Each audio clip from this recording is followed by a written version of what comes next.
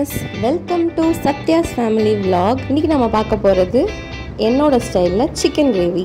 இதுக்கு நான் ஃபர்ஸ்ட் ஒரு பாத்திரத்துல கடல் எண்ணெய் ஊத்திட்டு அதுல சோம்பு அப்புறம் நல்ல ஸ்லைஸா கட் பண்ண பெரிய வெங்காயம் இத நான் இன்னும் சின்னதா கட் பண்ணியிருக்கலாம் என்னவோ அன்னைக்கு தோணல சோ கட் பண்ணல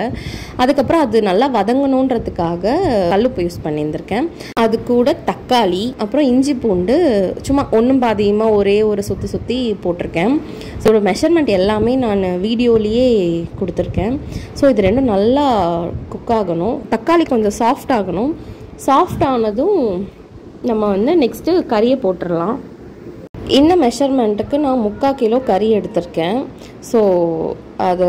நல்லா 2-3 தடவை க்ளீன் பண்ணிவிட்டு நான் இந்த வெங்காயம் தக்காளியோட ஆட் பண்ணியிருக்கேன் அதோட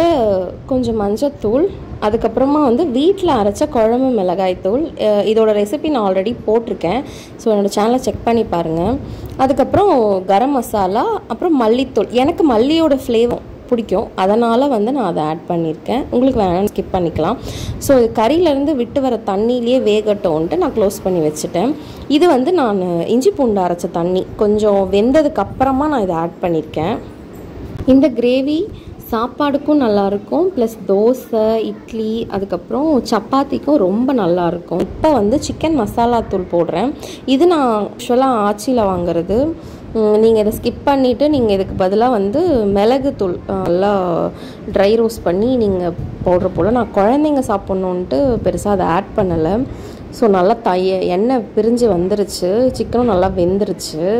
ரொம்ப யம்மியாக இருந்துச்சு அன்னைக்கு ஸோ ஒயிட் ரைஸ் போட்டு இந்த கிரேவி வச்சு சாப்பிடும்போது ரொம்ப இப்போ நான் ரெக்கார்ட் பண்ணும்போது எனக்கு ரொம்ப ரொம்ப ட்ரில் ஆகுது அந்த அளவுக்கு அது ரொம்ப யம்மியாக இருந்துச்சு நீங்களும் கண்டிப்பாக இதை ட்ரை பண்ணி பாருங்கள் இதே மாதிரி இன்னொரு நல்ல வீடியோவில் நம்ம பார்க்கலாம் கைஸ் பாய் டேக் கேர்